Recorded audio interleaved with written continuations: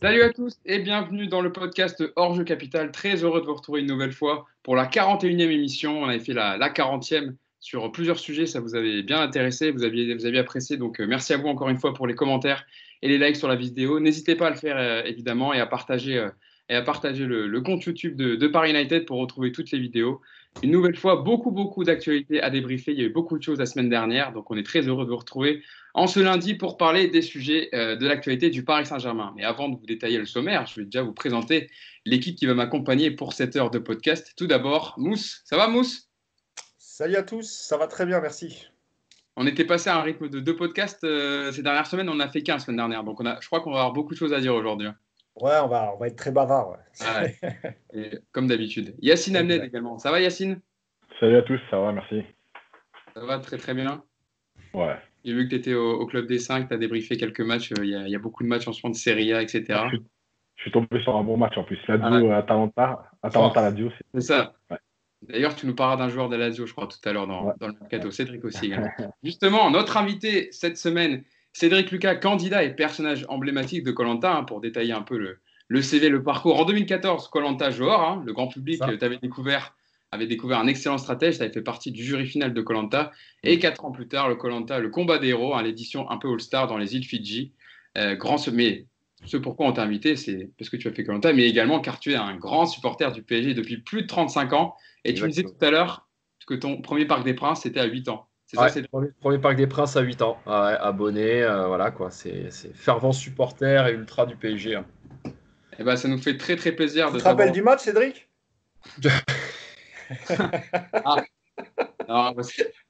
Entre-temps, il y a eu quelques verres d'alcool entre-temps, c'est normal. Oh, depuis le premier que j'ai vu. Et tu sais que le premier match que j'ai vu au Parc des Princes, c'est même pas un match de foot.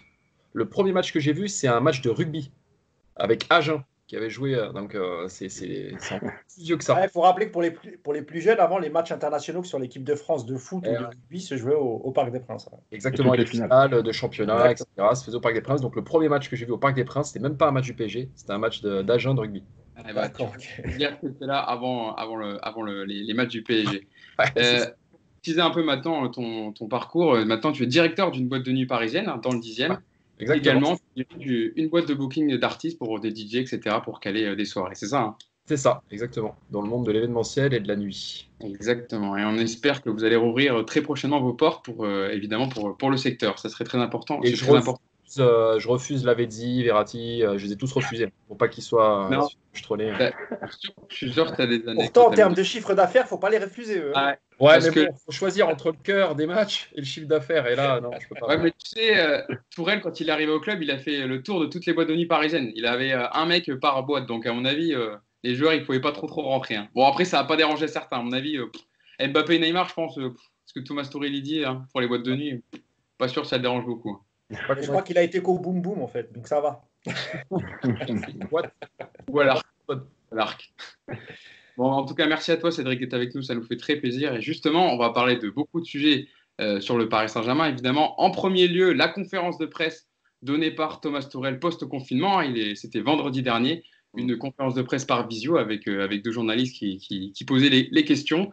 Il a évoqué plusieurs sujets, donc on reviendra sur ça. C'était quand même première vraie communication du club, parce qu'on n'avait pas entendu beaucoup le PSG depuis le retour, le déconfinement. Donc ça serait intéressant de parler des déclarations de Thomas Tuchel. En deuxième partie, on évoquera le cas de l'international belge Thomas Meunier, qui est, ça y est, c'est officiel, a quitté le Paris Saint-Germain pour s'engager avec le club allemand du Borussia Dortmund. Ce sera l'occasion de revenir sur ces 4 années au club et aussi de s'intéresser à la question, est-ce que le Paris Saint-Germain doit faire un prêt payant de 2 mois, comme il est évoqué dernièrement dans la presse, pour conserver le latéral pour les échéances prochaines qui arrivent pour le Paris Saint-Germain, à savoir les finales de Coupe nationale et la Ligue des Champions. On en parlera tout à l'heure. Et enfin, on terminera en troisième partie sur on fera une partie mercato, l'heure des bons plans mercato. On le sait, le PSG va devoir se serrer la ceinture avec les pertes liées au Covid qui sont de l'ordre de 200 millions d'euros. Leonardo l'avait dit dans une interview au JDD. Ça sera l'occasion de faire votre propre mercato. Vous me donnerez vos pistes pour remplacer les joueurs partants. Et voilà, quel joueur devrait renforcer l'effectif selon vous? Je le disais donc, on va commencer par la conférence de presse de Thomas Tuchel donnée vendredi dernier, qui a duré une vingtaine de minutes. Il a évoqué beaucoup de sujets. Et je vous ai classer, on va dire, quelques déclarations qui sont particulièrement intéressantes et dont on a beaucoup parlé dans le podcast. On va faire dans l'ordre chronologique. Hein. La première question, c'était sur les départs d'Edinson Cavani et de Thomas Meunier, donc dès le 30 juin, à la fin de leur contrat avec le Paris Saint-Germain. La question, c'était est-ce qu'il est déçu de ces départs, hein, et le coach allemand ne semble pas trop comprendre la décision de ses joueurs. Hein. Donc, je cite Thomas Tuchel. Je pense que c'est un peu dangereux de répondre par oui ou par non à la question. Certaines choses ne sont pas si faciles. Est-ce que je peux comprendre de finir une compétition sans des joueurs qui ont commencé ? Non, je ne peux pas. Est-ce que je peux comprendre les joueurs ? Non plus. Ce sont des choses bizarres. Des joueurs manquent, pas seulement Thomas et Edinson, mais aussi Tanguy Kouassi. C'était une équipe très forte, un groupe très soudé. Maintenant, nous avons 2 finales de Ligue des Champions sans des joueurs clés. C'est triste, bizarre, difficile à comprendre. Un mélange de plusieurs choses. Mousse, quand on lit ces déclarations, en tout cas cette première de Thomas Tuchel, on comprend qu'il est quand même particulièrement désabusé, hein, sur le départ de ses joueurs. Bah, c'est ce qui est normal. Tu démarres une compétition avec un groupe de plus de 20 joueurs et tu te retrouves avec amputé déjà de 4 joueurs. Alors, hormis Aouchiche, c'est différent parce qu'il a très peu joué. Et notamment en Ligue des Champions, il a pas joué. Pourquoi si il est à Paris en Ligue des Champions, et il a dépanné d'ailleurs. Je crois que c'était contre Galatasaray, il avait fait un bon match, si je me trompe. Hein, c'est ça. Ouais. Pour Cavani et Meunier, en effet. Cavani, c'est un peu moins problématique parce que je pense qu'une fois que Leonardo a dit que ça serait terminé, je ne suis pas sûr que même en prolongeant, Thomas Tuchel l'aurait aligné. Donc, pour le latéral droit, c'est beaucoup plus problématique. Tu hoches la tête, Cédric, t'inquiète pas, tu vas pouvoir. Parce que Cédric, il va en tribune, il va au virage Auteuil, hein, Cédric. Hein, donc attention. Attention. Pas Cavani, mais t'inquiète pas, j'aime beaucoup Eddy. Je ne suis pas un anti-Edinson Cavani. Mais voilà, pour moi, le problème, c'est plus pour le milieu de terrain. Donc Kouassi, qui aurait peut-être pu dépanner en cas de blessure, parce que pareil, je ne pense pas qu'il aurait été titulaire. Le dernier milieu, c'était Gay Paredes, parce que Verratti était suspendu. Verratti, normalement, sera là, pas de problème. Donc on verra comment il va articuler ça. Après, quand tu es dans la position de coach, évidemment que tu ne veux pas finir une compétition aussi importante en étant aussi désarmé. Donc là-dessus, je peux le comprendre et il a totalement raison. Lui, je pense que ce qu'il aurait voulu, c'est juste les avoir à disposition. Peut-être pas forcément les faire jouer, parce que de toute façon, il n'allait pas prolonger. Mais c'est vrai que c'est plus rassurant d'avoir des joueurs d'expérience sur le banc que de faire appel à des doublures. Là, on sait que par exemple, pour le poste d'arrière droit, c'est sans doute Thilo Kehrer qui va jouer. Son remplaçant sera sans doute Dagba. C'est un peu léger, même si on sait qu'il a fait monter quelques jeunes. Il y a aussi l'option Herrera, s'il est en forme pour ce début de saison et s'il n'est pas blessé. Il avait déjà joué au poste d'arrière droit. Donc, non, je comprends tout à fait Thomas Tuchel. La situation, elle n'est pas du tout évidente pour lui. Ouais. Cédric, tu partages un peu aussi le même avis que Mousse ? Ouais, après, il y a deux, trois petites choses un peu différentes. Je pense qu'il est surtout touché par le départ de Cavani. Parce qu'il ne faut pas oublier qu'avant que la Ligue des Champions ça termine, qu'on soit en pause avec le confinement, c'était Cavani qui mettait en attaque et non Icardi, qui l'avait relancé justement. Donc je pense que Cavani, ça lui a mis un sacré coup derrière la tête. Meunier, oui, ouais, c'est plus en solution de remplacement, parce que bon, il jouait pas non plus. Je n'ai pas l'impression qu'il y a un amour inconditionnel entre Meunier et Tourelle. Après, Kouassi, je pense qu'il a vraiment les boules, parce qu'il l'a fait jouer. Il a joué quand même pas mal de matchs. Faut pas oublier, il pensait vraiment que le petit jeune allait rester au PSG, comme beaucoup, comme tous. Même moi, je pensais que Kouassi allait rester. Donc je pense que ça, il l'a en travers la gorge. Après, on a de quoi voir venir. Hein. À droite, on a Dagba, on a Kehrer, qui peut aussi jouer en défense centrale. On a Kimpembe, on a Marquinhos, on a Diallo. Il ne faut pas oublier Diallo. On a Bernat, Kurzawa, donc derrière, ça va. Et au milieu, moi, je ferai confiance aussi à Paredes. On en parlait un petit peu tous les deux, Hugo. Moi, j'aime beaucoup Paredes, parce que c'est un mec qui a du vice. Et c'est ce qui nous manque, en fait, au milieu de terrain. Donc, c'est un dur au mal. On l'a vu contre Dortmund. Le mec, il n'hésite pas à mettre des petits coups, etc. Je pense qu'on a ce qu'il faut, de toute façon. Être déçu, oui. Moi, je suis très déçu par Cavani, par exemple. Mais je pense qu'on a ce qu'il faut. Faut pas se laisser abattre. C'est normal qu'il ait de l'amertume. Mais derrière, je vois pas de grosses problématiques par rapport à notre effectif. Yacine. Ouais, déjà Meunier, je vais faire rapide. Meunier, c'est quoi ses derniers gros matchs ? On fera un thème plus global. Je vous laisse déjà en parler et puis on creusera après. Vas-y. C'est normal que Tuchel il soit déçu parce qu'en fait en nombre il va être en difficulté. En vérité, Meunier, c'est quoi ses derniers gros matchs ? Donc bah, voilà, salut quoi. Enfin, il est parti. Cavani, on sait. Moi, Cavani, franchement, je vais plus en parler jusqu'à ce que lui, il parle de ses raisons à lui. Après, je jugerai sur le fait que quelque part, je suis déçu de ce qu'il a fait ou pas. Parce que je pense qu'autour de Cavani, il y a trop de choses. Entre les rapports entre le club et lui, ce que lui, il veut faire après, est-ce qu'il a déjà quelque chose de presque validé avec un autre club, etc. Il y a trop de choses. Donc, tant que lui, il ne s'exprimera pas sur ses raisons, j'en parlerai plus parce que finalement, on va dire des choses et on va dire le contraire dans une semaine s'il donne une interview. Maintenant, je comprends Tourelle. Après, moi, je l'ai vu la conférence de presse et j'ai trouvé dommage qu'en fait, on insiste trop là-dessus parce que quelque part, une fois qu'il a dit ça, ok, on est déçu, pas déçu, etc. Enfin, je veux dire, c'est fait, quoi. Maintenant, on va pas se prendre la tête pendant 6 mois à dire ah, il nous manque lui, est-ce que vous êtes déçus par lui? Voilà, et ben, les mecs, ils ont fait un choix. Tant mieux pour eux, tant pis pour nous, et puis c'est tout, hein, c'est tout. Ouais, bien sûr. Et justement, en parlant des départs, il a aussi évoqué en disant que on en parle surtout parce que c'est la vraie première, on va dire, réaction officielle du club, puisqu'on n'a pas eu on n'a pas eu de communiqué du Paris Saint-Germain sur ses départs. Il y avait eu l'interview de Leonardo dans le JDD. Voilà, il y avait eu l'interview de Leonardo dans le JDD dont on avait parlé, mais il n'y avait pas eu encore le départ officiel de Meunier, par exemple. C'est lui-même qui avait un peu dit que voilà, Thiago Silva et Cavani ne prolongeraient pas. Mais il a parlé également des jeunes Parisiens, Tanguy Kouassi et Adil Aouchiche. On est revenu longuement sur leur cas dans le podcast. Et Thomas Tuchel a déclaré ceci à propos des deux jeunes joueurs. J'aime beaucoup travailler avec des jeunes joueurs de l'académie. Je suis triste, déçu. En tant qu'entraîneur, pas personnellement, c'était très difficile de se battre pour une place au milieu dans cet effectif pour Adil Aouchiche. Donc il fait bien la distinction entre Aouchiche, comme tu le disais, Mousse, qui n'a pas eu beaucoup de temps de jeu et qui. Kouassi. Voilà. Et Aouchiche et Kouassi. Et pour Tanguy, donc, je reprends Tourelle. Je comprends qu'il veuille essayer de trouver du temps de jeu autre part. Mais je regrette parce que c'était un plaisir de travailler avec lui parce qu'il a beaucoup de talent, mais il devait être patient. Tanguy, il a joué contre Dortmund avec nous dans le match le plus important, le plus serré, le plus tendu. Il a joué pour nous sans contrat à 17 ans. Je lui ai témoigné beaucoup de confiance. Pour moi, il avait un grand futur dans ce club. Il le sait, ce n'était pas le moment pour lui de quitter le club. On lui a accordé notre confiance. Il a eu des minutes. Il pouvait jouer au milieu, en 6, en défense centrale. Je suis triste, je ne comprends pas. C'est vrai que Mousse, à ce qu'on entend là, pour le coup, il est beaucoup plus tiqué sur le départ de Tanguy Kouassi. Je pense que celui parmi tous les jeunes à fort potentiel qui était le plus suivi et le plus pisté par les gros clubs européens, c'était Tanguy Kouassi plus qu'Aouchiche. Parce que comme l'a répété le coach, il lui a donné quand même pas mal de visibilité en temps de jeu. 17, il a fait quoi? 17 matchs ou 13 matchs? Je sais plus. 13 matchs. 13 matchs, voilà. 13 matchs à 17 ans, sans contrat pro, tu vois.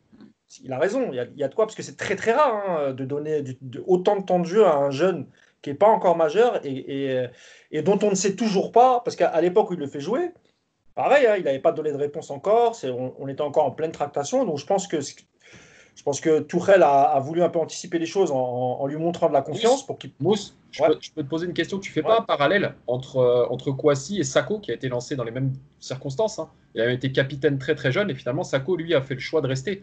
Donc on a deux positionnements différents. Je suis d'accord avec toi, sauf que quand Sakho décide de rester, donc là on est encore sous l'ère colonie capitale, il est quasiment sûr de jouer. Il n'y a pas de concurrence en fait. Et d'ailleurs, dès qu'il a de la concurrence, Sakho, il part, tu vois. Il fait une année avec le PSG pour avoir le titre. Et puis après, on l'a poussé un peu aussi hein, à la sortie. Bien sûr, c'est différent entre les deux. Vraiment, Parce qu'à l'époque, il y avait Alex, Silva, plus Marquinhos. Qui arrivait en 2013. Là, on l'a vraiment poussé, alors que Kouassi, on lui proposait justement d'avoir une porte ouverte. On lui a montré qu'on pouvait lui faire confiance à son âge. Franchement, c'est. Sauf que Kouassi, il n'est pas tout seul. Il a des gens qui représentent ses intérêts. Et tu as des petites voix qui lui disent, tu sais, au milieu de terrain, il y a Herrera. Je crois que d'ailleurs, les petites voiles ne seront plus au PSG. Hein. Pardon? Si j'ai bien compris, les petites voiles ne seront plus au PSG. Hein. Leonardo, il a décidé de faire le ménage pour les gens qui donnent. Non, c'est faux, la preuve, il est parti Kouassi. Donc, s'il n'y avait pas toutes ces petites voix qui parlent encore, il serait resté, tu vois. Mais apparemment, maintenant, depuis le départ de Kouassi, on parle de l'agent surtout de Kouassi, il serait plus en odeur de sainteté auprès du PSG. Ah, ça c'est possible. Ah oui, vous parlez d'Hakim, là, ouais. Ça c'est. Mais lui, de toute façon, il avait déjà eu des soucis avec des joueurs comme. Alors que je me rappelle, mais Yacine, peut-être tu vas m'aider, parce que moi, j'ai pas beaucoup de mémoire, mais.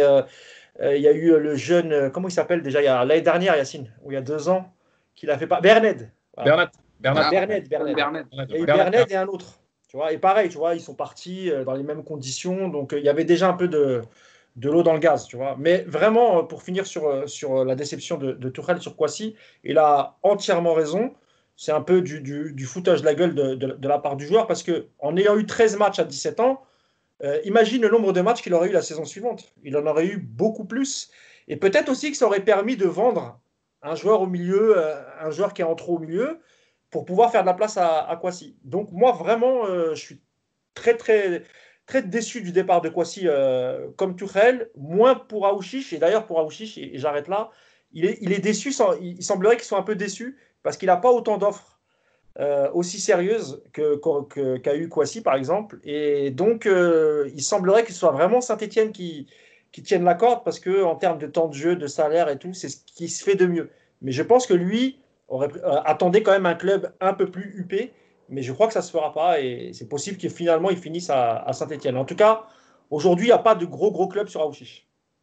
Avant de te donner la parole, Cédric, juste Yacine, je t'ai vu, tu voulais intervenir? Ouais. En fait, quand on dit il a joué 13 matchs, on oublie, il a commencé en décembre. C'est-à-dire qu'il joue 13 matchs de décembre à début mars. Exactement. Pas, il commence pas le premier, Ouais. il fait pas les 4 premiers matchs de championnat quand il n'y a personne. C'est ça. Et après, il rejoue à la fin. Il commence, quand il rentre dans l'équipe en décembre, sur pratiquement une vingtaine de matchs, il en joue 13. Il fait partie de D'ailleurs, la c'est comme rotation. Yacine, comme Mbappé à l'époque avec Monaco. Il le Ouais. lance en fin de saison au même âge, 17 ans. Ouais. Donc voilà, donc déjà c'est beaucoup, c'est-à-dire que c'est pas seulement il lui a donné 13 matchs, il lui a donné 13 matchs dans un temps beaucoup plus restreint. Donc il a enchaîné. La deuxième chose, c'est que c'est un problème parce que c'est un jeune du centre et que en plus de ça, bah, c'est toi qui l'as formé et il était gratuit, donc c'était qu'une question de salaire. Et la troisième chose, c'est que Kouassi, c'était aussi un polyvalent et on sait qu'aujourd'hui, les joueurs polyvalents, c'est important dans les effectifs et il faisait donc partie de la rotation au milieu et il pouvait s'intégrer dans une rotation derrière. Et quand tu sais que tu as perdu Silva, en fait, tu perds un joueur quand même sur lequel Tourelle comptait pour plein de raisons. Bah, c'est comme si tu perdais deux joueurs. Voilà. Et comme il le dit, je lui ai fait confiance et c'était pas le moment de partir. Voilà. Je pense qu'il a tout dit. Après, qu'il soit déçu, c'est normal parce que quand en plus tu lances un jeune, que tu lui offres ses premières minutes, sa visibilité, que tu lui fais confiance, qu'il enchaîne les matchs et qu'au dernier moment il te dit je m'en vais quand même. Voilà, un entraîneur, il est toujours touché par ça, en dehors de toutes les considérations financières, etc. C'est ça, Cédric, en fait, le plus dramatique, c'est que Tanguy Kouassi, s'il était resté au PSG, il aurait eu du temps de jeu, parce que Thomas Tuchel est un entraîneur qui lui faisait confiance. Donc c'est pour ça qu'il faut en trahir aussi. Il y a deux choses en plus, Tuchel, c'est que déjà d'une, il lui a fait confiance, alors que tu as des mecs comme Silva, Marquinhos, on parlait tout à l'heure de Diallo, Kimpembe, au milieu, bon, je ne vais pas faire la liste du milieu, hein, Verratti, Paredes, Gay, on a un milieu de terrain et une défense où tu as vraiment de gros joueurs, de gros calibre. Et comme disait Yacine, depuis décembre, le mec fait quand même 13 matchs. C'est-à-dire qu'au milieu de toutes ces stars, on arrive à lui faire de la place. Et en plus de ça, tu sais qu'en fin de saison, Silva s'en va. Donc pour Tuchel, lui, dans sa tête, tout est écrit. Silva s'en va, Kouassi fait déjà 13 matchs, on va le faire jouer de plus en plus. C'est d'une logique. Tu sais aussi pourquoi il est énervé et inquiet. Il y a aussi le fait que Leonardo suit son propre mercato. Il ne tient pas compte des desiderata de Tuchel. Donc Tuchel, il a peur parce que Kouassi, c'est un profil qu'il avait validé en fait, tu vois. Je pense pas que Leonardo voulait pas Kouassi. Non, c'est pas ça que je te dis. Non, c'est Kouassi qui est parti. Ce que je veux dire par là, c'est que Tuchel, il est inquiet parce que Kouassi, il a décidé de partir au Bayern. Mais c'est un joueur qu'il aimait bien. Sauf que Tuchel, il y a plein de pistes de Leonardo qu'il n'aime pas. Donc c'est pour ça que je te dis la dernière fois, il a posé la question à mercato. Est-ce qu'il avait peur? Est-ce qu'il était inquiet? Il a dit oui et non. Parce qu'il se rend compte que tout ce qu'il propose à Tuchel, un peu comme Enrique à l'époque, l'impression que Leonardo, il ne calcule pas trop. Tu vois, il est toujours sur Savic. Alors que je suis sûr que si tu demandes l'avis à Tuchel, il va dire ouais, non, Savic, c'est pas trop mon type de joueur. Alors s'il vient, il le fera jouer, hein, pas de problème, tu vois. Et je pense aussi qu'il y a un peu de ça, tu vois. Il se dit, Kouassi, c'est vraiment le profil de joueur que j'aime bien. Là, il est parti. Et par qui va me le faire remplacer, Leonardo? C'est ça. Ouais. Il donne sa confiance. En plus, derrière, on voit que le mec a du potentiel. Enfin, tout est écrit pour justement que ça se passe bien au PSG. Après, voilà, comme on dit toujours, la confiance n'exclut pas le contrôle. Bah, maintenant, on fera attention et on fera signer des contrats avant de faire jouer les joueurs. C'est dommage, mais c'est comme ça qu'il faut que ça se passe parce que tu peux pas donner une chance comme ça à un joueur et puis après, le mec, il te dit bah, non, bah, je signe pas, je m'en vais au Bayern. Au Bayern?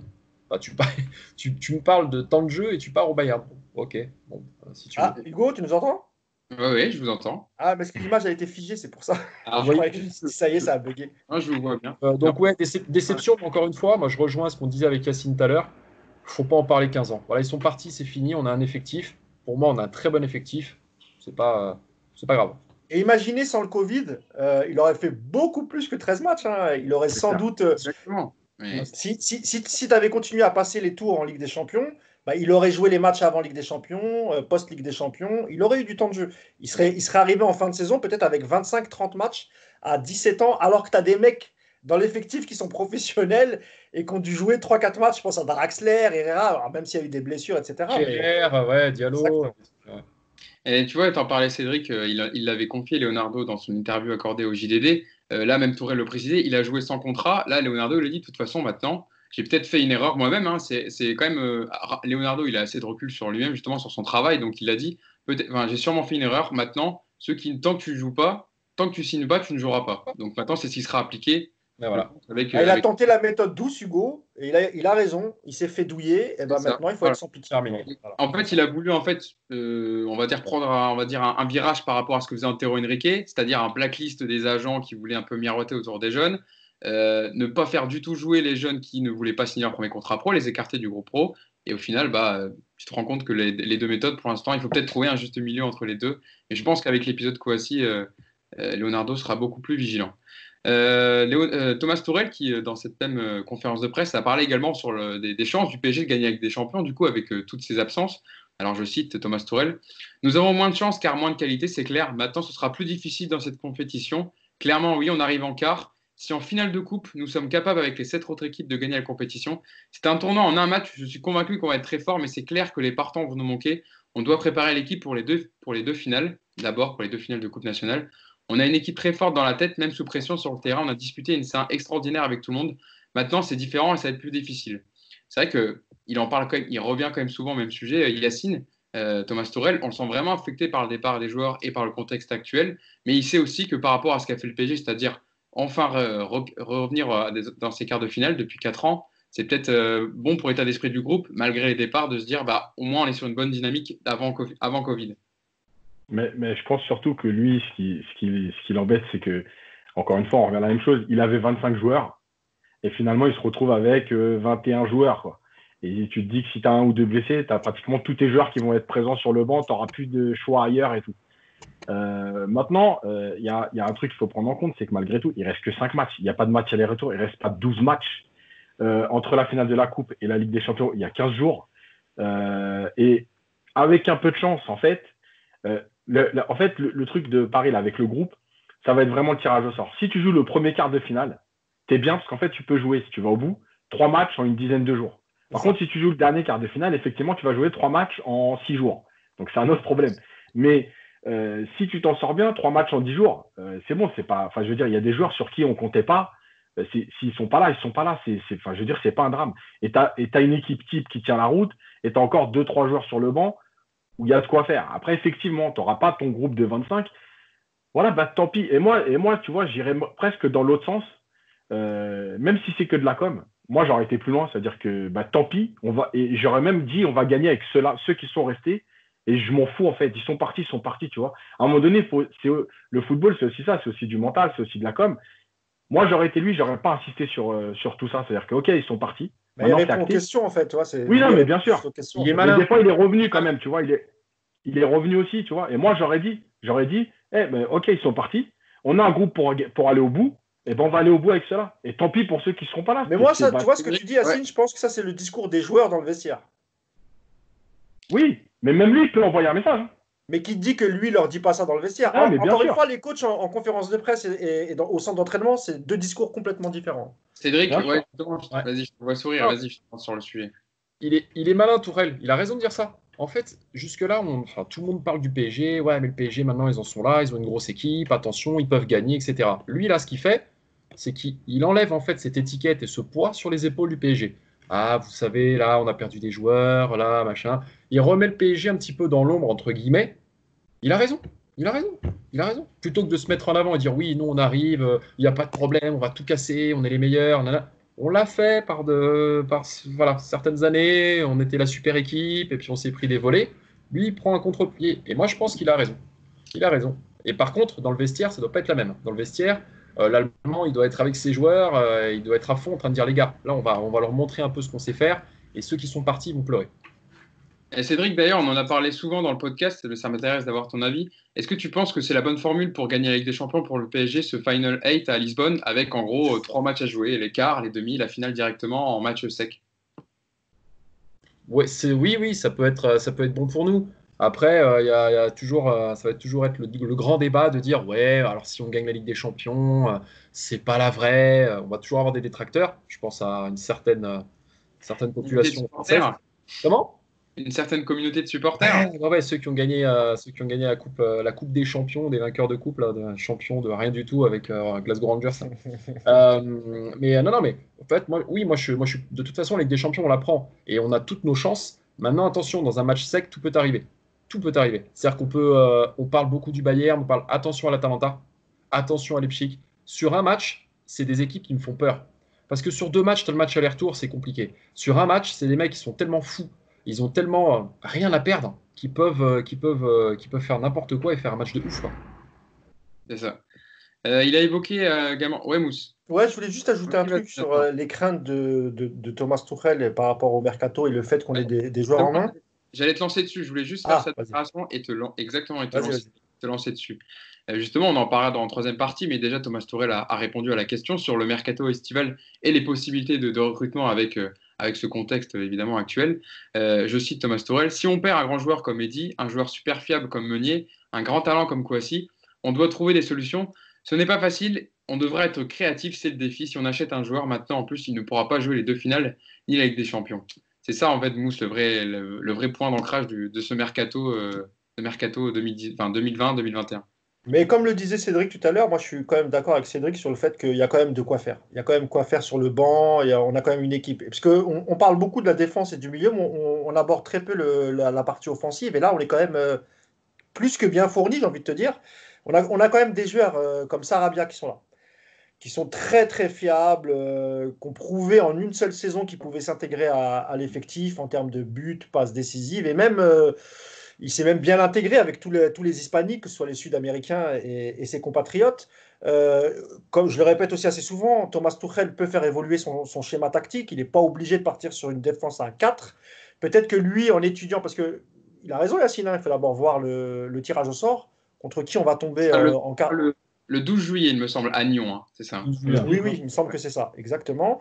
Donc, en fonction du tirage au sort, bon, tu vas étudier l'équipe adverse. Ça se trouve, en étudiant l'équipe adverse, tu vas te rendre compte que, bon, peut-être qu'une défense à 3, des gens un peu plus, tu vois, avec des latéraux un peu plus hauts, etc. Donc, tu pourras refaire ton équipe parce que Cavani n'est pas là. D'accord ? Donc ça, il n'y aura pas de 4-4-2, même si avant le Covid, c'était lui qui était titulaire. Mais on rappelle que s'il était titulaire, c'est parce que Icardi avait fait une petite crise. Il ne faut pas oublier aussi qu'au début de saison, Tuchel a snobé Cavani.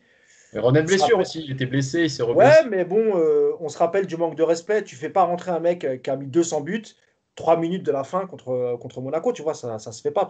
Comme le dit souvent Yacine, ça, c'est pour les jeunes du centre de formation. Pas pour un mec comme Eddy. Donc, sur ça, c'est du 50-50. Mais encore une fois, il a quand même pas mal de solutions, Tuchel. Et comme l'a dit Yacine, il reste que potentiellement 5 matchs, ou 3 si on sort en quart de finale. Donc, il ne faut pas être très, très inquiet. Et ensuite, ce qu'il a dit sur il faudra être malin, etc., je pense que c'est déjà un peu la politique de Leonardo, parce que d'ailleurs, il a complètement mis de côté le joueur du FC Porto, Telles, pour finalement faire prolonger Kurzawa. Et même si tout le monde rigole, et d'ailleurs, Cédric a lâché un... c'est normal, hein, on a tous eu la même réaction.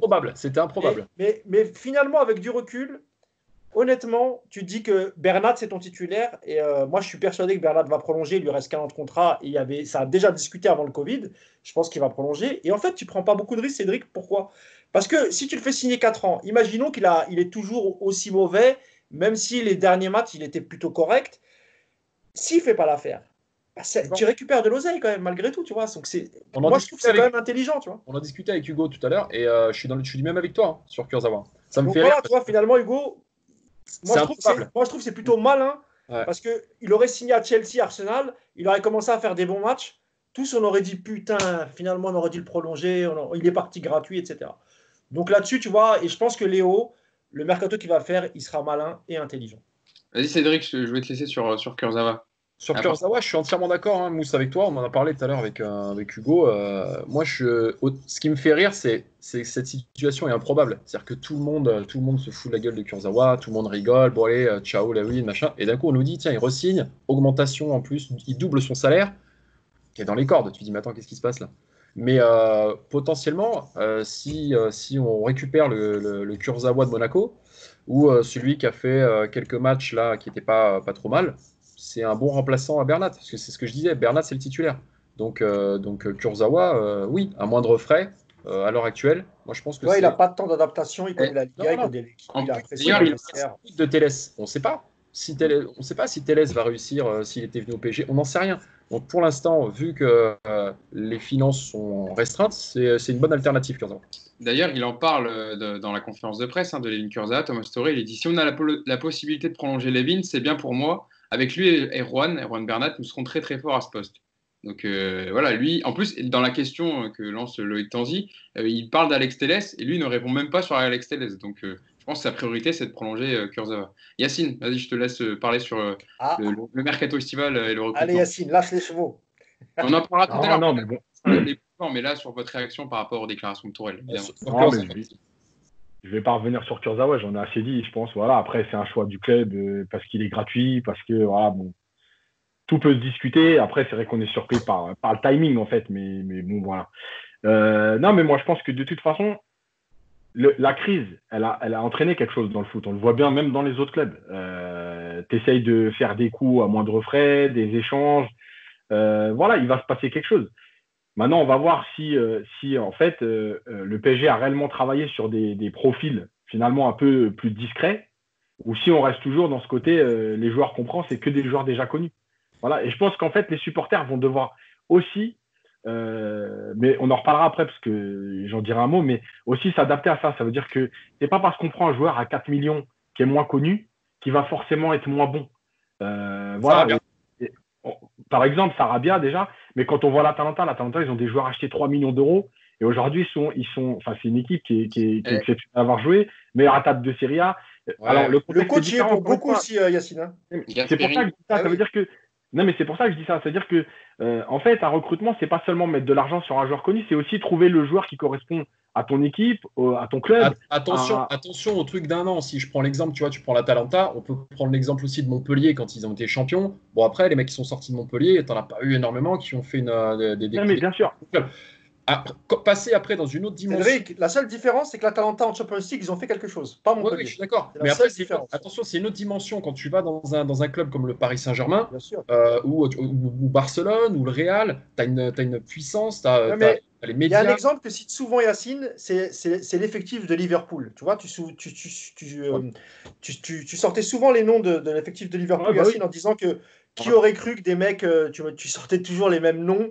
En disant qui aurait cru que ces mecs-là, Joel Matip, James Milner, etc. Voilà, auraient pu gagner une Ligue des Champions. Et rappelez-vous même de Klopp à ses débuts à Liverpool. Hein. C'était parfois catastrophique. Hein. Il me semble que les 2 premières saisons, il se qualifie à la fin de la première année.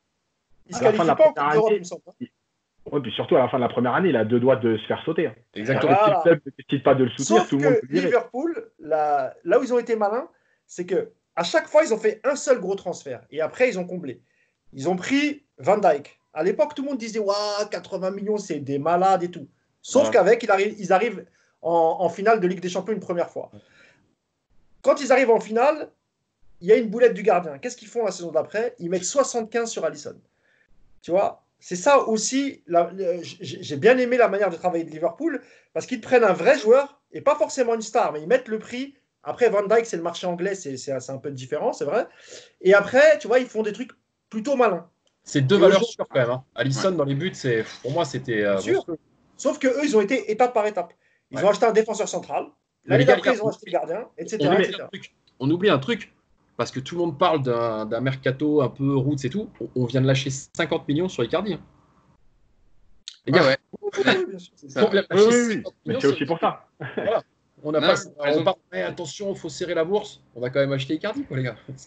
C'est pas mal. Non, mais juste pour finir, pour reprendre l'exemple, enfin pour terminer sur Liverpool, par exemple, quand on parlait des latéraux ou un peu des postes, Robertson, il joue à Hull City, mais personne n'en veut. C'est-à-dire que le mec, il a acheté 7 ou 8 millions.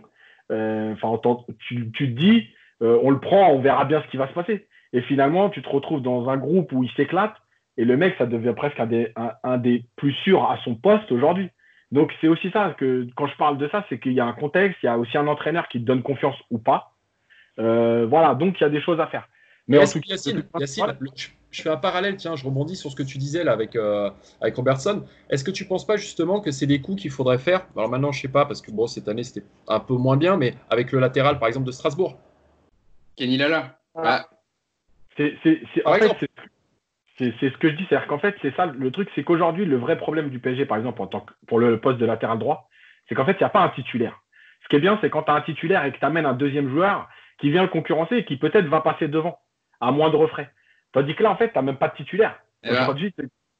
Justement, tu me fais une très belle passe D, puisque on va passer à notre deuxième partie du podcast. L'heure tourne, les amis. Je sais qu'on a beaucoup de choses à dire, mais on va venir sur Thomas Meunier. Donc Thomas Meunier, qui est officiellement le nouveau latéral droit du Borussia Dortmund. Le club allemand et le joueur l'ont officialisé sur leurs réseaux sociaux respectifs.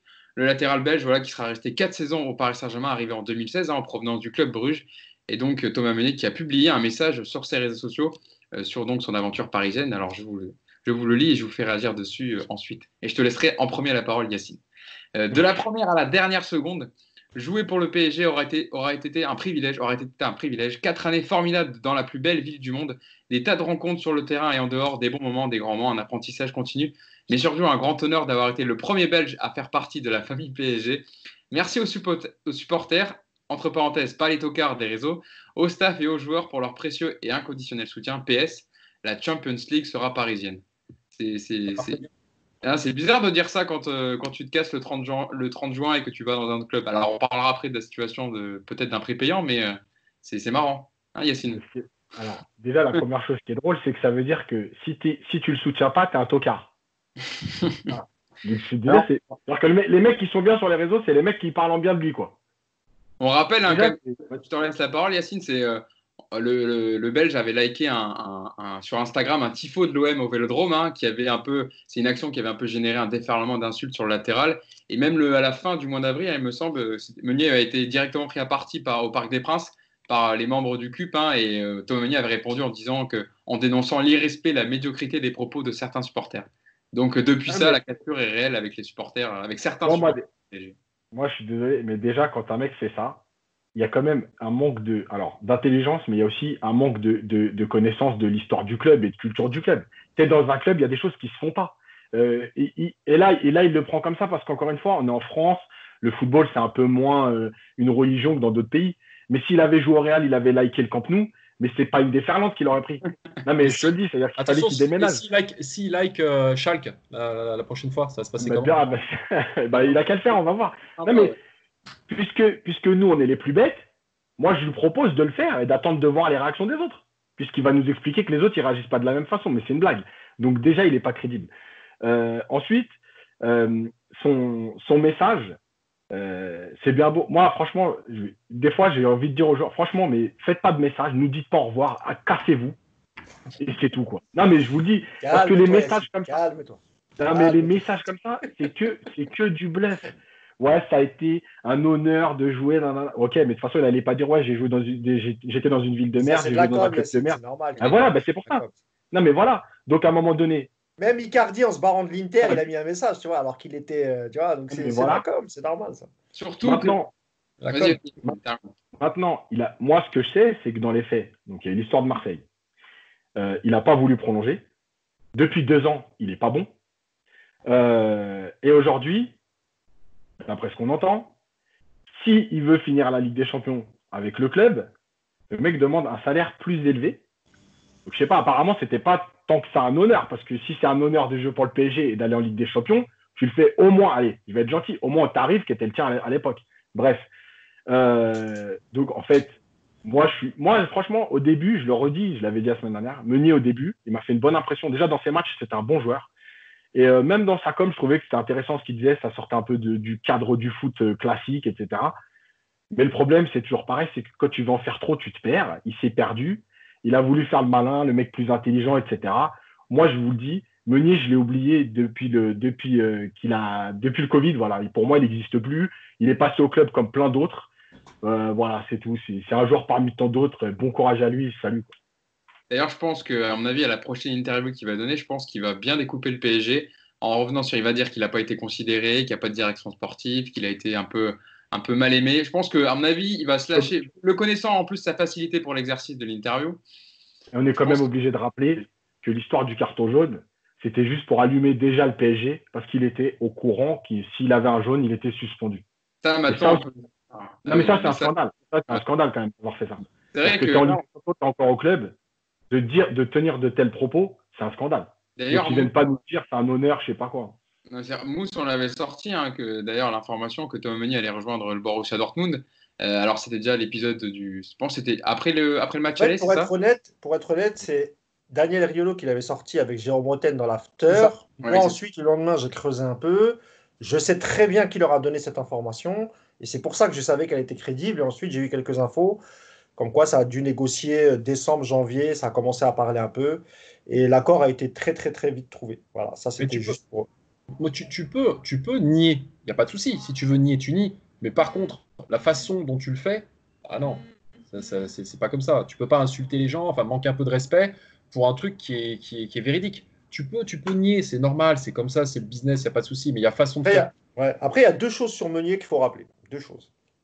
Il arrive sous Unai Emery, il me semble. Donc, c'est en remplaçant Serge Aurier. Voilà, 2016. Ouais, et tout de suite, il a la confiance de son coach. D'ailleurs, on a pu constater que pendant la période d'Emery, Yacine, tu me diras si je me trompe, il était plutôt pas mal. On est d'accord. Ensuite arrive Thomas Tuchel, qui tout de suite lui montre qu'il n'a pas du tout confiance en lui, vu qu'il prend Thilo Kehrer et donc il le balade un peu au centre, un peu à droite. Oui. Non, mais même avant ça, il devient doublure quand Daniel Alves arrive au club. Il repasse dans la hiérarchie. Oui, pardon, j'oublie l'épisode. Oui, évidemment, c'est vrai. Et il y a l'épisode Alves, c'est vrai. Mais ce que je voulais dire, c'est que sa première année en 2016, on est quand même plutôt surpris parce que on parlait tout à l'heure des bonnes affaires. Bah, lui, c'était typiquement le cas de la très très belle affaire parce que quand il signe, on dit qui, Thomas Meunier, il jouait où, c'est qui, etc. Et dès ses premières prises de balles, on a vu que c'était quand même un joueur plutôt intéressant. Donc le fait qu'il soit plus mauvais, je me dis qu'il y a aussi la perte de confiance de son coach. Et Yacine, tu en as souvent parlé, un joueur, quand il n'a pas même s'il est très fort, s'il n'a pas la confiance de son coach, quand il rentre, forcément, ça se ressent. On est d'accord. La deuxième chose, c'est sur l'histoire des supporters des réseaux. Il faut être un peu honnête aussi. C'est-à-dire que moi, je ne suis pas du genre à insulter les joueurs sur les réseaux. Je ne l'ai jamais fait. Je peux l'insulter devant ma télé. Je peux insulter toute sa mère, sa grand-mère, tout son arbre généalogique quand je suis dans un match. Mais c'est dans le match, tu vois, parce qu'il va rater une occasion. Mais jamais j'irai les insulter sur les réseaux. Donc, il faut se mettre à sa place 2 minutes. C'est un personnage public, il n'y a pas de souci. Il faut qu'il ait le cuir un peu dur. Mais ce qu'il a mangé sur les réseaux, enfin, moi, je suis étonné de voir. Je ne le défends pas, Cédric, attention. Je suis étonné de voir que les supporters sur les réseaux ont droit d'insulter de fils de machin, de salope, de tout ce qu'ils veulent. Et par contre, ils sortent tous du bois parce qu'il a dit sauf autocar des réseaux. Bah, c'est de bonne guerre, je suis désolé. Moi, je ne suis pas un fan de Meunier. Hein. Mais avec tout ce qu'il a pris, parce que lui, ce n'est pas juste des critiques, hein, il a pris des insultes, des menaces, tout ce qu'il a fait, on est d'accord, Yacine. Le tifo, la communication après le carton de Dortmund en disant « Ah, on ne m'avait pas dit, etc. » Ça, je veux bien être d'accord avec toi. Mais c'est normal que le mec glisse un petit taquet à tous ceux qui l'ont insulté. Voilà, moi, je ne suis pas un grand fan de Thomas Meunier, mais son petit truc, parce que moi, j'ai toujours dit, hein, Hugo, t'es témoin, hein, j'ai toujours dit qu'il y avait quand même une vraie différence entre les supporters de Twitter, pas tous, hein, évidemment. Hein, Cédric, on est de la même génération. Yacine, on est des mecs cool sur Twitter, tu vois. Mais la majorité, c'est quand même que des haters, que des mecs qui vont t'insulter, t'harceler en privé, etc. C'est un être humain, quoi. Qu'il ait juste mis ça, moi, bon, je trouve pas ça choquant. Cédric, vas-y, je te laisse réagir sur Thomas Meunier, sur sa carrière et puis aussi sur son poste qu'il a mis après son départ. Sur sa carrière Sur ses 4 années de PSG. Sur son passage PSG. Voilà, sur ces 4 ans au PSG. Est-ce que toi, ça t'en tient? Est-ce que du coup, j'imagine, il va pas te manquer, il manquera pas à l'effectif? Non, moi, il va pas me manquer. Il va pas me manquer parce que déjà, oui, c'est vrai, quand on l'a vu arriver au début, on s'est dit, putain, c'est qui celui-là? Il a fait quelques bons matchs. Il a fait surtout des coups d'éclat sur des matchs. Une reprise de volée en Lulu, machin. Mais quand on regarde dans la globalité, les centres, c'est un calvaire. Je crois qu'il est pire que Bernard Mendy. C'est peu dire. Pourtant, moi, j'aime bien Bernard Mendy, hein. Mais au niveau des centres, c'était plus dans les tribunes que devant les buts. Il est lent. Il a fait des boulettes dans des matchs importants. Moi, Meunier, je ne regarde pas un gros souvenir. Ouais, c'est un joueur du PSG, voilà, point. C'est tout. Après, il a fait des. Au niveau de sa communication, il a été catastrophique sur plein de points. Sur le point de Marseille, c'est une énorme boulette. Lui, peut-être que dans sa tête, ça ne marche pas comme ça. Mais comme disait Yacine, va faire ça au Real, va faire ça au Barça, va faire ça. Même, je te dis, s'il fait ça avec Schalke, mais nous, à côté, on est des gentils, hein, vraiment. Et après, sur les réseaux, moi, j'ai été victime de ça. Moi, j'ai eu des menaces de mort, j'ai eu plein de trucs par rapport à l'émission, etc. Donc, moi, je sais ce qu'il peut ressentir, peut-être même des trucs encore plus violents qui ont été réédités encore avec des gens cette année. C'est les réseaux. C'est les réseaux. Tu sais à quoi tu t'exposes. Je veux dire, il y a un moment donné, faut pas faire le mec. Attends, les gars, tu sais, ça va avec. C'est le package. Donc, faut que ça lisse. Pourquoi tu es obligé de répondre? Parfois, je voyais répondre à des trucs, je disais, mais t'as que ça à foutre. Vraiment. Vraiment. Après, tu peux comprendre, j'imagine comme toi, tu as eu aussi, par rapport à l'époque de Koh-Lanta, ça peut blesser ta famille plus en plus que toi, Ouais, même. ça peut Toi, c'est blesser. plus Moi, ta famille. moi, je pars du principe, c'est des mecs qui ont souvent 12 ans, 13 ans, ou alors c'est des mecs qui sont débiles. Laisse pisser, concentre-toi, essaie d'être un peu malin dans ce que tu dis et ce que tu fais par rapport à ton club aussi. Et puis surtout, quand tu dis qu'en partant, t'aimes le PSG, vraiment, t'as eu des amis, tu veux pas finir la Ligue des Champions avec tes Là où potes? Cédric, il a raison, c'est vrai, c'est quand tu prends le cas de Kurzawa, qui a mangé De aussi ouf, bien que Meunier, de ouf. vraiment. Plus, Il plus. en a jamais parlé et il a accepté de Jamais. prolonger de 4 ans. Donc, ouais, là-dessus, tu m'as retourné un petit peu, Cédric, j'avoue. Voilà, jamais, tu vois. Ouais, Et en plus, quand tu parles de l'amour que tu as pour Paris, pour les joueurs, pour le club, etc., et que derrière, au début, tu veux pas jouer la Ligue des Champions avec nous jusqu'au bout, pourtant, tu es avec tes potes, le super club, etc. Dortmund te dit, OK, si on fait un prêt payant, et toi, finalement, tu demandes encore plus d'argent, tu te fous de notre gueule. Vraiment, tu te fous de notre gueule. Pourtant, Meunier, moi, j'avais rien contre lui, il était plutôt sympathique, mais là, tu te fous vraiment de notre gueule, quoi. Tu peux pas faire un communiqué en disant ouais, j'aime le club, j'aime cette équipe, je me suis fait des potes, super, Paris, Ligue des Champions, etc. Et derrière, quand on te propose de finir la saison, dire je reviens, mais par contre, plus de sous, hein. Mais c'est ça en fait, parce que dans la fin de son message, moi personnellement, j'ai rien contre Meunier, j'ai plutôt défendu parce que j'ai trouvé plutôt bon quand il est arrivé et je trouvais qu'il avait un profil. Il faut rappeler que c'est un œuf de formation, donc j'ai trouvé assez technique pour un arrière droit. Certes, sa qualité première, c'était pas les centres, mais j'ai trouvé plutôt à l'aise quand il s'agissait de terminer les actions par les dernières passes, etc. Mais Enfin, la fin de son message, comment? mais c'est pas ce qu'on lui demandait, malheureusement.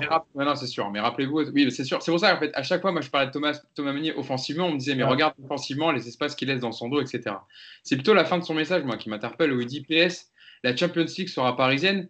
Mais ça, c'est Yacine, pareil, c'est de la com. tu vois, ouais, Mousse, il place 2 modalités pour continuer avec 2 mois avec le PSG. Donc, on en parlait. Dortmund veut un prépayant de 2 mois.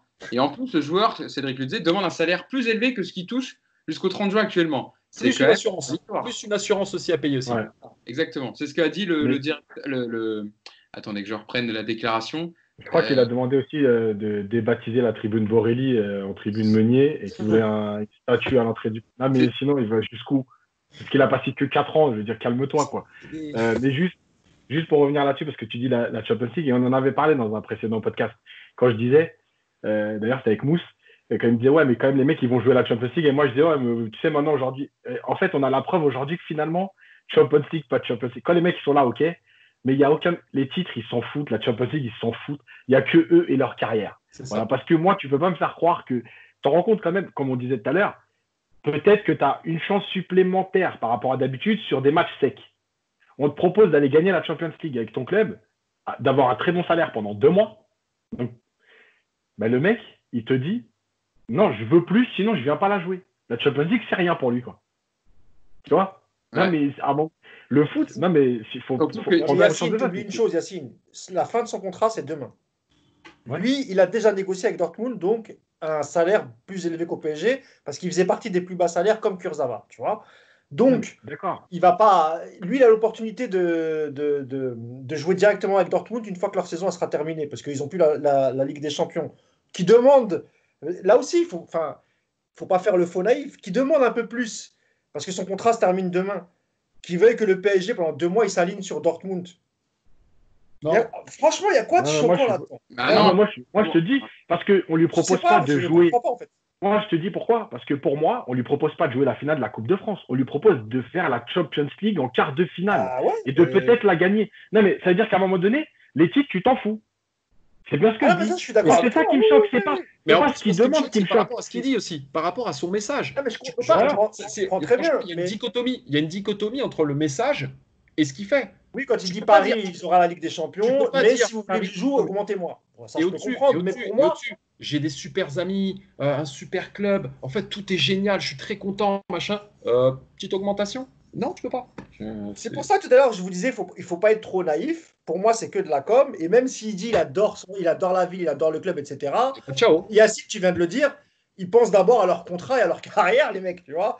C'est triste. Pour moi, c'est pas surprenant parce que je connais tellement bien ce milieu-là que je dis pas que ça me choque ou ça me choque pas, mais pour moi, c'est pas surprenant, quoi, tu vois. et à l'image du foot actuel, c'est très individualiste maintenant. C'est Ah plutôt voilà, c'est ça en fait. perso C'est ça. que l'histoire avec un club. Pour continuer un peu dans le débat Meunier avant qu'on passe à notre partie mercato, la dernière question que j'ai envie de vous poser sur ce thème, c'est est-ce que donc il faut répondre à ces exigences ou terminer la saison avec Ah non. Pogba Ça et va Thilo pas. Kehrer? On sera tous Cédric. d'accord. Non. Cédric, Sujet non, suivant. La réponse, non. Non, pas du tout. Non. tout le monde est sur le non? On peut passer à quoi on peut passer au mercato. Yacine, il est pour. Yacine, il est pour. Non, mais je préfère mettre Sarabia arrière droit et pas répondre à ces trucs. Et de toute façon, tu veux que je te dise, si réellement, il y a à un moment donné une vraie solution qui s'impose, c'est Silva, Kimpembe et Marquinhos à droite. Si vraiment tu veux du solide, c'est même pas Dagba Kerrer, c'est Marquinhos à droite. Ah, mais ça Puisque fait trop maintenant, longtemps qu'il n'a pas joué à droite, Marquinhos. Il a perdu Non, ses mais sur repères. quoi C'est trop Non, mais longtemps, sur- Yacine. Franchement, sur 2 matchs, écoute, quand il joue à droite contre Chelsea à l'époque, ça fait un petit moment qu'il joue dans l'axe et il retourne à droite parce qu'Aurier est. Oui, je sais, mais c'était il y a 3-4 ans, ça. Depuis, C'est il n'a jamais franchement, refait, Yacine. Marquinhos, c'est un joueur qui peut. Ça De se ce côté-là, travaille, il y a ça, Yass. C'est compliqué. Non. Il faut les automatismes avec les joueurs devant. Je On suis va pas pas sûr. expliquer pas là, mais en plus, Attendez, il y a le petit Dagba qui est là. c'est Bougez ça. pas. Alors, j'en c'est parlais vrai, avec ça. Cédric. Attendez. J'en parlais avec Cédric avant d'enregistrer, de commencer le podcast. Cédric me disait qu'il aimait bien le profil de Colin Dagba. Et Ah que bon pour lui, c'est celui qui devrait jouer, c'est ça, avec on va dire en position avec Il Thilo. n'apporte rien. Attends, Mousse, parce que je sais, nous, on est plutôt, on est Les plutôt, on est plutôt pas d'accord sur Colin Dagba. On va dire qu'on trouve qu'il n'a pas le niveau pour jouer dans ce PSG, Ah ouais. surtout dans des matchs couperés là où il reste 2 finales de Coupe nationale et de la Ligue des Champions. Cédric, je te laisse défendre notre ami Colin Dagba. Non, Colin Dagba, pour moi, il a pas. Est-ce que tu l'as vu faire un match avec des boulettes? Est-ce que tu l'as vu vraiment faire. Cite-moi un match où vraiment il a été mauvais, hyper mauvais. À la Kurzawa, excuse-moi, mais il en a fait des matchs vraiment violents où il nous fait perdre des points. Meunier il nous fait perdre des matchs. Est-ce que Colin Dagba, objectivement, il t'a fait perdre des matchs? Non. Par contre, objectivement, pour moi, il n'a pas le niveau parce qu'il n'apporte pas grand-chose. Son jeu, il est trop simple. Il déborde pas. Quand il est en partie offensive, il déborde pas. Il se contente de faire des passes latérales ou en retrait. Et défensivement, c'est pas la sécurité sociale non plus. Tu vois ce que je veux dire? C'est-à-dire que c'est pas un mauvais joueur. Pour moi, c'est une bonne doublure pour la Ligue 1. Voilà. En dehors, dès que tu dépasses ce niveau-là, pour moi, il peut même pas être doublure en Ligue des Champions. Tu vois? Pour moi, il faut même pas l'emmener en fait. Tu vois? Pour moi, Il est trop léger. à l'heure actuelle, le mec, il a que 21 ans, il a eu des blessures. Moi, je pense qu'il a une progression. Il a une marge de progression et c'est quelqu'un qui peut être dans le turnover. Moi, j'ai Tu sais jamais qu'il dit vient ça. au PSG pour signer. Tu sais, quand il signe au PSG en 2016, il vient de Boulogne, c'est pour intégrer la réserve. Ouais, Tu vois, c'est-à-dire qu'eux, déjà, ils considéraient qu'il n'avait même pas le niveau pour intégrer le groupe pro. Après, il a travaillé sérieusement, voilà, il s'est fait remarquer par. Moi, pour moi, il est besogneux. par Tourelle, C'est tu quelqu'un vois. qui est besogneux. C'est quelqu'un qui peut, voilà, qui au moins apporte quelque chose de régulier. Même si c'est justement, c'est ce que tu disais, il va pas apporter des débordements de fou, il va pas faire des dribbles, des accélérations, etc. Mais il va être sérieux. Et Oui, moi, oui, bien à sûr. l'heure actuelle, pour moi déjà, c'est beaucoup. Parce que Je suis d'accord. il va peut-être progresser en restant, mais moi, je te le dis d'avance, s'il y a une offre à 10-12, il part. Hein. T'inquiète même pas pour ça. Hein. Ça, on est d'accord, mais je parle à l'heure actuelle. À l'heure actuelle, Oui, au moins, c'est. Yacine, tu fais l'arbitre du duel. D'habitude, vous vous souvenez, on a notre débat. Bon, là, je sais que j'ai gagné. Tout va bien. Ouais, c'est clair. C'est très Yacine, bien parce que pour moi, débat Dagba. pour moi, Dagba, c'est trop léger, mais parce que en fait, le problème, c'est que défensivement, c'est un peu léger parce qu'il compense en fait par sa vitesse un peu. Il fait des erreurs et il compense par sa vitesse. Mais il n'a pas joué dans les gros matchs du PSG. C'est-à-dire que je pense que ces erreurs-là, dans des gros matchs, elles feraient très mal. Et tu jouerais pas plus. Ouais. Dans un gros match, tu le mets pas. Voilà. Et offensivement, que des gros matchs là. Et le problème, c'est qu'offensivement, pour moi, c'est un joueur qui est trop timoré. C'est-à-dire que je ne sais même pas s'il a les qualités ou pas. J'ai l'impression qu'il n'ose même pas le faire. Et c'est ça, il tente pas en plus. Ouais, donc, ça. voilà. Il prend pas de risque. Donc ça veut dire, pas de prise parce de qu'au risque. moins le mec qui tente et qui rate, tu te dis à un moment donné, ok, il apporte quelque chose, même s'il rate ses centres à la fin ou sa dernière passe. Là, tu sais même pas parce qu'il avance de 10 mètres, il bloque le ballon et il remet derrière ou à côté de lui. Donc en fait, tu sais même pas. Et aujourd'hui, pour moi, c'est trop léger, Dagba. C'est pas possible. Après, dans un rôle de doublure où on va lui donner du temps, peut-être qu'à un moment donné, on va se rendre compte en le débridant, hein, parce que s'il joue comme ça, il ne progressera plus jamais. Mais voilà, aujourd'hui, c'est trop léger. Et le problème, c'est que Kehrer, c'est pareil. C'est-à-dire que Kehrer à droite, on l'a vu faire. Voilà. Alors, Dortmund, il fait un match correct. Voilà, il fait pas, encore une fois, il fait pas un très bon match. Hein. Il fait une première mi-temps très moyenne. Il est mieux en deuxième mi-temps quand Paris prend vraiment la maîtrise et tout. Mais Kehrer, encore une fois, il a fait beaucoup d'erreurs, beaucoup de matchs où il coûte des points. Donc, encore une fois, quand tu vas te retrouver dans un match tendu, je te dis. Là, contre Dortmund, Paris a le dessus. Donc, il n'y a même pas de moment de tension où tu te dis Dortmund, ils vont peut-être revenir. Tu joues en quart de finale, tu commences à prendre l'eau. Kehrer, c'est pas non plus la confiance, tu vois. Sous pression, Kehrer, il explose. Ah ouais. Bon, bah, c'est bien. Bon, là, il n'y aura pas de public, donc il n'y aura pas de pression, tu vois. Donc, c'est bien, si je vous entends, donc c'est ni Dagba ni Kehrer, en fait. Il n'y a personne. Hein. Ah, moi, je suis non, à choisir entre les deux, je prendrais Kehrer quand même, parce que voilà, Kehrer, je pense qu'il a un peu plus d'expérience, il est plus costaud, tu vois. Ah, puis je pense que voilà, physiquement, il est. Ouais. Rendez-nous Vanderbilt. Bah, tu vois, Cédric, quand on a fait l'équipe type, on cherchait un arrière droit. Et c'est vrai que les latéraux au PSG, ils n'ont pas marqué les esprits, tu vois. Et moi, j'ai dit, bah, honnêtement, franchement, à part Grégory Vanderbilt, je ne vois pas qui mettre, parce que même Aurier, j'aime beaucoup Aurier, mais Vanderbilt, je me rappelle, il a mis un sacré paquet de centres qu'on trouvait la tête d'Ibrahimovic ou une volée d'Ibrahimovic. Défensivement, c'est vrai que c'était un peu comme Meunier ou ce genre de... Mais devant, il prenait plus de risques quand même. Ouais. Bon, on aura l'occasion d'en reparler. Il y a aussi, mais c'est plus un arrière gauche ou un défenseur central, mais il y a Timothée Pembele, on en a parlé dans le précédent podcast, le capitaine des U19 du PSG, un grand espoir de la formation parisienne qui a 17 ans et qui a intégré le groupe pro pour compenser justement tous ses départs. Donc, à voir aussi qui peut être une solution de rechange, même si évidemment c'est plus côté gauche. Mais c'est vrai que pour reprendre l'ensemble du camionnier, quand on sait que Paris cherche à être raisonnable avec les dépenses, on va dire à peu près de l'ordre de 200 millions d'euros avec ce foutu virus et qui cherche à ne pas trop dépenser, ça serait difficile, à mon avis, de les voir payer pour Thomas Meunier, pour un joueur qui vient de partir gratuitement et de prolonger de 2 mois son contrat. Donc, on va passer à notre dernière partie. Je vous en parlais tout à l'heure. L'heure des bons plans mercato. On a parlé un peu plusieurs fois dans le podcast. Donc, le PSG qui devrait être créatif, selon Tourelle, malin, selon Leonardo, trouver des opportunités de marché. D'après les quelques chiffres sortis par la presse, le PSG devrait disposer d'une enveloppe pour les transferts entre 70 et 80 millions d'euros. Il faut rappeler aussi que ces nouvelles recrues ne pourront pas disputer les finales de Coupe nationale en juillet ni à la Ligue des Champions en août. Donc, au moins, de ce problème-là, c'est réglé. Par rapport au contexte du prochain mercato, donc, je vous ai demandé de me citer vos bons plans pour le mercato du Paris Saint-Germain. On va commencer avec Yacine. Comme ça, il va nous parler de ces cas particuliers parce qu'il a plusieurs postes pour les latéraux droits notamment, et après on parlera du milieu de terrain. Alors, Yacine, tu m'en as cité plusieurs, on va commencer avec Noussair Mazraoui, peut-être le plus connu de ceux que tu vas nous citer, le latéral droit de l'Ajax, qui pour toi serait une bonne opportunité pour rejoindre le Paris Saint-Germain à ce fameux poste de latéral qu'on évoque depuis tout à l'heure. En fait, oui, parce que comme j'expliquais tout à l'heure, il y a aussi un style de jeu, c'est-à-dire que tu as des équipes qui sont plus défensives, des équipes plus offensives, le rôle du latéral, c'est pas le même. Malgré tout, Paris domine 90% de ses matchs. Donc, Mazraoui joue dans une équipe, l'Ajax, qui joue de cette façon et qui domine aussi 90% de ses matchs. Donc, dans ce rôle-là, il est déjà habitué. C'est un très bon joueur. Il a fait des matchs en Ligue des Champions qui étaient très bons. Je rappelle que l'Ajax, cette année, même s'il ne passe pas la phase de poule, à un moment donné, à Chelsea, normalement, ils sont qualifiés et ils ont réglé tout le monde dans la poule. Et il se passe 2 cartons rouges improbables, etc. Et finalement, c'est un peu l'engrenage à l'envers. Mais au bout du 4e match, ils sont pratiquement déjà qualifiés. Donc, c'est un très bon joueur, c'est un jeune joueur. Et c'est un joueur dont la valeur marchande n'est pas hyper élevée. Voilà, on n'est pas autour des 25 millions comme on demande pour les TLS et compagnie. On est plus autour de 10, 15, voilà, qui se négocient. Donc, moi, je pense qu'aujourd'hui, et puis c'est un joueur, encore une fois, qui a déjà joué la Ligue des Champions. Voilà, par rapport à d'autres que j'ai cités après, lui, on sait qu'il a déjà fait des bons matchs. Voilà, c'est pas, on attend peut-être que, voilà, il a déjà fait des bons matchs et dans un style de jeu qui ressemble en tout cas à ce que fait le PSG, quoi, qui est plus proche que d'autres équipes.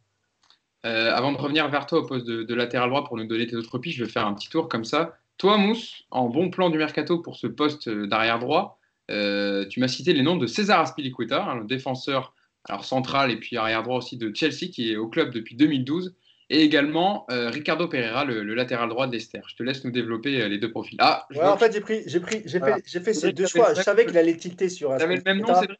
Tu avais Ricardo Pereira? Bon, alors en fait, voilà. Non, mais moi, je te laisse Ricardo. Je vais parler d'Azpilicueta, l'ancien Marseillais. Qui a 30 ans. Alors, beaucoup vont dire oui, il vient de Marseille, etc. Non, il a fait une saison et demie à Marseille. C'est un club tremplin, un club de passage pour lui. Sa carrière, il l'a faite à Chelsea. Et pourquoi je pensais à lui? Parce que ce que vient de dire Yacine, c'est un joueur d'expérience, déjà d'une. On sent que la politique sportive de Chelsea elle est en train de changer. Et j'ai l'impression qu'ils sont en train de rajeunir l'effectif. Ça fait un certain temps qu'Azpilicueta est à Chelsea, mais en fait, il a que 30 ans. Tu vois, c'est un joueur qui a 30 ans, il est dans la force de l'âge. Alors, le poste de latéral, il demande beaucoup, c'est vrai. Mais je pense que tu peux lui proposer un contrat de 3-4 ans, l'utiliser 2 ans, parce que je pense qu'il a encore 2 bonnes années devant lui, tu vois. Tu prends pas beaucoup de risques parce que c'est pas très très cher. C'est moins de 30 millions normalement. Enfin, sur Transfer Market, pardon, c'est estimé à un peu moins de 25 millions. Mais je pense que tu peux l'avoir pour moins. Et encore une fois, j'aime le profil du joueur. J'aime bien son profil. Et je trouve qu'encore une fois, c'est un joueur d'expérience. Ça fait 5-6 ans qu'il a Chelsea, je crois. 8 ans, tu vois, moi j'étais loin du compte. Donc 2012. Oui, c'est vrai que son passage à Marseille, c'est 2010, il signe à Marseille, donc tu as raison. Oui, c'est ça. Donc voilà, pour moi, Azpilicueta, ça peut être une très très bonne recrue. 30 ans, beaucoup d'expérience. Physiquement, ça m'a l'air fiable. Je sais pas, j'ai pas étudié le. C'est un des joueurs qui joue le plus sous Chelsea. De toute façon, c'est un des éléments clés de Frank Lampard et même des précédents coachs, que ce soit sous Antonio Conte et tous les autres, il a toujours joué. C'est un des seuls qui a persisté un peu sur les. Voilà, et dernier argument qui est bon, c'est pas le meilleur, on va dire, mais il y a une petite communauté espagnole maintenant au PSG avec Herrera, Bernat, Sarabia. Donc je me dis, voilà, t'imagines un Bernat à gauche, Aspi à droite, ça peut être pas mal. Donc voilà. Alors le bon plan de Mousse, donc, c'est César Azpilicueta. Cédric, je te laisse nous parler donc de ton bon plan et donc si j'ai bien compris, ça serait Ricardo Pereira, le latéral droit de Leicester, passé par l'OGC en Ligue 1. Ce serait Pereira parce qu'on nous a parlé de Hakimi, de Kimmich, Sergio Dest, enfin on nous a parlé de tout et n'importe quoi. Moi, Pereira, pour moi, ce serait vraiment la bonne pioche, même avant qu'il parte déjà, avant qu'il parte à Leicester. Moi, c'est un joueur que j'aimais beaucoup, qui a fait de belles choses à Nice déjà, et qui maintenant qui est rodé aussi dans un championnat qui est très très très très bon, c'est le cas de le dire, qui fait d'excellents matchs à Leicester. C'est quelqu'un de solide. Moi, je l'ai rarement vu de mémoire, pourtant j'ai vu beaucoup de matchs de Leicester faire des boulettes. Il déborde, il centre, et pour moi il est complet. Et comme disait Mousse, c'est la même chose, il est portugais. Donc du coup, il va se mêler avec les Brésiliens, il va se mêler. L'intégration, elle sera rapide. Il connaît le championnat en plus, il connaît déjà le championnat. Donc l'adaptation va se faire hyper rapidement. Donc il n'y a que des points positifs pour ce mec-là. Maintenant, à savoir si le PSG va se positionner dessus, je suis pas certain malheureusement. Donc c'est un peu dommage, mais pour moi c'était la bonne pioche. Voilà, c'était vraiment le latéral à prendre. Et après le coût, c'est sûr que je sais pas combien il est estimé. Par contre Pereira. Mais pour moi, je crois que sur Transfer Market, c'est 30 millions, 30, mais Hugo a raison, il m'a dit, 32, ça coûtera plus cher, il a entièrement raison, il fait une super saison en Première Ligue. Ouais, d'ailleurs, si un club de Première Ligue se met sur lui, je parle d'un club du top 5, Ouais. Je pense que le prix peut grimper assez vite. Pour moi, il peut partir à 40, 45. Oh, même plus. C'est un des latérales droits les plus courtisés, donc de ce qu'il fait Leicester, ça serait compliqué de l'avoir. S'il est vendu à un autre club anglais, c'est minimum 50. Ouais. Mais donc voilà, pour moi, Pereira, c'était voilà, le bon plan. Après, maintenant, il y a d'autres bons plans. Maruzic. On a plus sceptique sur Maruzic. Non, je suis sceptique. Mais il fera peut-être partie d'un lot espéré. Non, autant celui de la Fiorentina, moi je le connaissais pas, mais en lisant le papier de Yacine, quand il l'a décrit, je me suis dit Milenkovic. Pas confondre avec Milinkovic. Tu parles pas de celui de l'Atalanta, de Castagne? Non, je parle de celui qu'on a fait il y a quelques jours. Il y avait un intérêt de le latéral droit c'est la Roma ou la Fiorentina? C'est un défenseur central et qui peut jouer latéral droit. C'est un central qui peut jouer à droite. Voilà. Ouais. Et c'est la Fiorentina. C'est la Fiorentina. Et moi, justement, ma question, c'est Castagne, vous en pensez quoi? Rien. Moi, je connais pas assez le joueur, mais il a fait un papier Yacine, donc je laisserai Yacine s'exprimer dessus. Le truc, c'est que, alors, je rebondis juste avant sur Azpilicueta. Azpilicueta, il faut faire attention, c'est que pendant plusieurs saisons, il a fait partie des 3 défenseurs de Chelsea. C'était pas vraiment un latéral. C'était presque un stopper droit. C'était un peu. Il joue beaucoup moins latéral couloir, quoi. Castagne, c'est un bon joueur. Et à Marseille, il a joué comme ça. Oui. Il a été formé latéral. Après, il est rentré, voilà. Castagne, le truc, c'est que c'est un très bon joueur, mais c'est un très bon joueur aujourd'hui dans un système avec 3 défenseurs, que ce soit à l'Atalanta ou en équipe de Belgique. Ouais. Et encore une fois, le problème de défendre à 4, c'est très différent. Est-ce qu'il est capable d'être bon à 4? Je ne sais pas. En tout cas, potentiellement, c'est un super joueur. En plus, c'est un jeune joueur. Et en plus, il a perdu sa... Qui est le remplaçant de Thomas Meunier en sélection de Belgique, ouais. Et en plus, il a un peu perdu sa place à l'Atalanta. Donc, ça veut dire aussi que ça peut être un joueur moins cher. Donc, ça peut être la bonne affaire parce que malgré tout, c'est... Enfin, après, encore une fois, ce problème de 4 défenseurs, ça peut se régler à Paris parce que Paris domine 90% de ses matchs. Donc, finalement, il va être vraiment jugé défensivement dans un très gros match. Donc, il a peut-être le temps aussi de s'habituer à défendre à 4. Il faut voir le classement final de Bergame en fin de saison pour voir s'ils peuvent accrocher quelque chose. Voilà, en Ligue des Champions. Ouais. Difficile. Un super match contre Lazio, il renverse le score à 3-2. Très, très beau match. Juste une dernière chose, même si Maxwell, il avait une autre carrière, il faut jamais oublier que Maxwell, c'est aussi un joueur qui a été beaucoup remplaçant malgré tout au Barça, à l'Inter. Non, mais il a été que remplaçant en fait. Jamais pas que, mais beaucoup. Et en fait, à Paris, il s'impose et c'est sûrement le meilleur latéral qu'on a eu au club. Attention à l'Inter et au Barça, il avait des monstres aussi devant. Oui, bien sûr. Non, mais quand je dis, c'est-à-dire que des fois, c'est qu'il n'a pas réussi à s'imposer, quoi. Ouais. Voilà, il ne faut pas toujours s'arrêter au fait qu'un joueur perde sa place. Il y a plein de raisons qui peuvent faire ça. Je suis d'accord. Voilà, le potentiel. Tu sais, des fois, tu as des joueurs aussi qui se révèlent. On parlait de l'Atalanta là cette année, mais par exemple, tu vois un joueur comme Freulen, au milieu là, voilà, le Suisse. Voilà, quand tu le vois jouer cette année, tu te dis, le mec, c'est un super joueur, quoi. Donc, il n'a pas découvert le football cette année, et il n'a pas. Enfin voilà, donc il y a plein de choses aussi autour des joueurs qui peuvent t'amener à t'épanouir, à montrer des choses. Et moi, les joueurs que j'ai listés, c'est 3 autres pistes de latéral. Par contre, c'est des jeunes joueurs. On est déjà à 1h05, les gars. Donc, c'est des jeunes joueurs. Donc, tu as le joueur de Genk, Maélé, tu as Klunter de Hertha Berlin, et tu as Christensen de Salzbourg. Pourquoi? Parce qu'en fait, c'est que des joueurs qui jouent dans des rôles qui ressemblent à ce qu'on demande aux latéraux à Paris. Voilà. C'est des jeunes joueurs et c'est des joueurs aujourd'hui dont les transferts sont estimés en moins de 10 millions d'euros. Et moi, ce que je me dis toujours, c'est est-ce que finalement, quand on voit par exemple, Paris avait acheté Kurzawa à 23 millions. Voilà. Est-ce que c'est gage de réussite? Non. Donc, c'est pas forcément le prix. Le problème de Paris, c'est qu'il y avait une concurrence à l'époque, Yacine. Les prix ont monté aussi parce qu'il y a la concurrence. Non, mais évidemment. Ce que je veux dire, c'est que le prix, ça fait pas la valeur d'un joueur. Et surtout, regarde Meunier. Exactement. Il y a un truc aujourd'hui, c'est qu'en fait, Paris, on est toujours pris entre deux. C'est-à-dire que nous, quand on prend un joueur qui est moins connu, on se dit toujours qu'est-ce qu'il vient faire là. Et en fait, il a déjà une pression supplémentaire, tu vois. De dire, le mec, on l'a acheté, il n'est pas connu, les supporters, ils y vont direct. Tu sais pourquoi, Yacine, aussi, je rajoutais juste une dernière chose, c'est que on a été malheureux quand on a voulu, par exemple, faire des transferts franco-français. D'accord? Lucas Digne. Je parle des jeunes joueurs. Hein. Je ne te parle même pas des cabailles qu'on a rapatriés, hein, parce que bon, ça compte pas. Mais à chaque fois qu'ils ont voulu, ça s'est mal fini. Et en plus, c'est toujours le même poste de latéral, gauche ou droite. Aurier, Digne, Kurzawa. C'est vrai. Donc, ça, le PSG a voulu se dire, bon, on va investir en France, on va faire du franco-français, même si c'était des joueurs à l'époque, ouais, aussi. Mais Jallet, il vient, il me semble, Jallet avant QSI. Avant QSI, ouais, mais c'est avant QSI. Là, je parle vraiment pour QSI. Digne était très bon à Lille. Il arrive au PSG. Alors, il est barré par Maxwell, c'est vrai, mais même quand il joue, c'est un peu bancal. Kurzawa, on va pas en parler. Aurier, que moi, j'ai personnellement kiffé de ouf et que je regrette encore son départ. Lui, ça a été plutôt de l'extra sportif et un peu parfois sur le terrain. Mais moi, sur le terrain, je l'ai trouvé bon. Enfin, on peut m'expliquer ce qu'on veut. C'est un joueur qui est dur sur l'homme. La partie défensive du boulot, pour moi, il la faisait, même si évidemment, il a fait quelques boulettes. Et devant, parfois aussi, il était capable d'être bon offensivement. Mais malheureusement, les exemples que je vous cite, ça s'est mal fini. Et donc, quand tu veux te mettre. Regardez l'exemple d'Amari Traoré. Dès qu'il a été cité dans la presse, qu'est-ce qui s'est passé sur les réseaux? On va revenir encore sur les réseaux. Et les mecs, ils ont critiqué.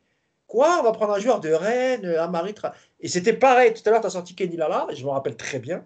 C'était pareil. Et moi, j'ai toujours dit que Lyon, par exemple, avait fait une bonne affaire avec le latéral qu'ils avaient pris à Nantes. Parce que ça reste un bon joueur. C'est un bon joueur de foot, tu vois. C'est un mec, voilà, il fait la maille. Et il peut progresser. Mais regarde. Et c'est ça qui Tout à l'heure, on parlait de Robertson. Si Paris se met sur Robertson, les mecs, ils vont te dire quoi? Hull City, on prend un joueur de Hull City. Je suis d'accord, ouais, non, mais moi, je suis d'accord avec toi. C'est ce que je te dis.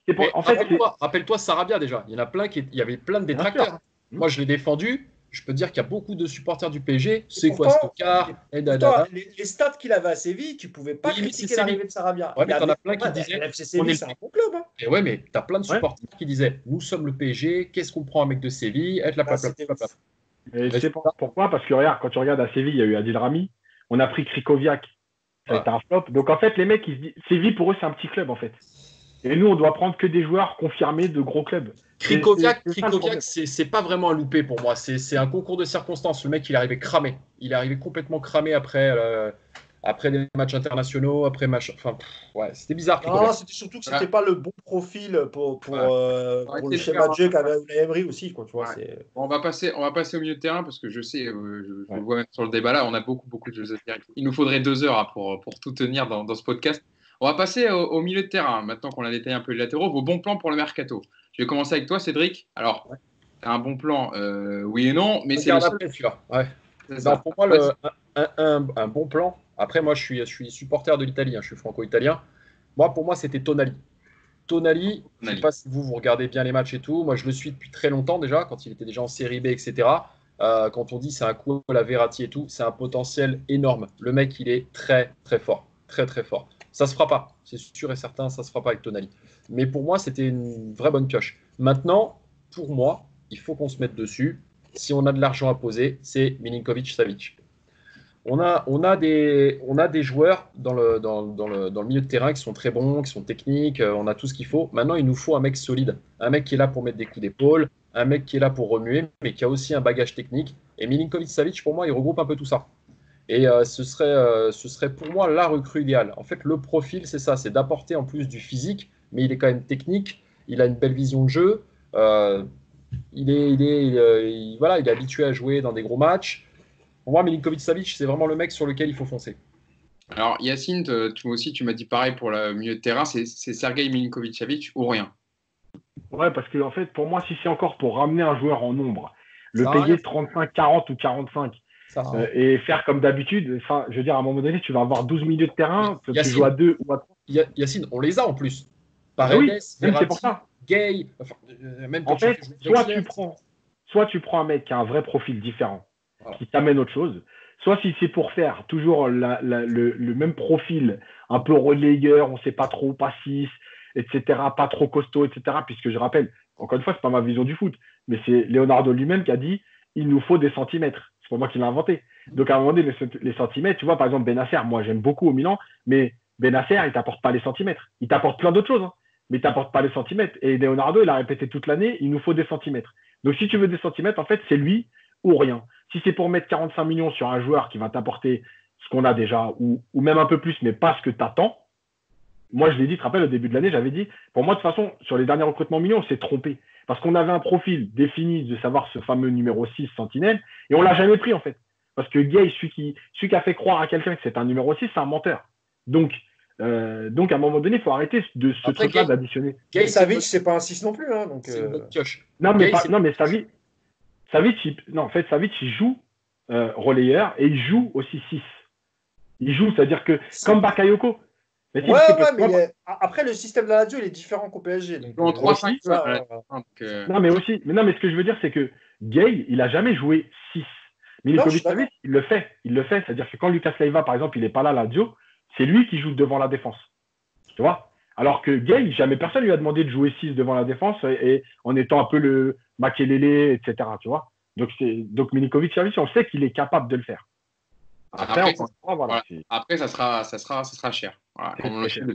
Ouais, Et mais de il faut à un Et de moment toute donné, façon, à vous écouter, après je vais venir sur la piste de Mousse, mais à vous écouter, Cédric et Yacine, c'est Milinkovic-Savic au milieu de terrain, ou sinon on a besoin de rien d'autre.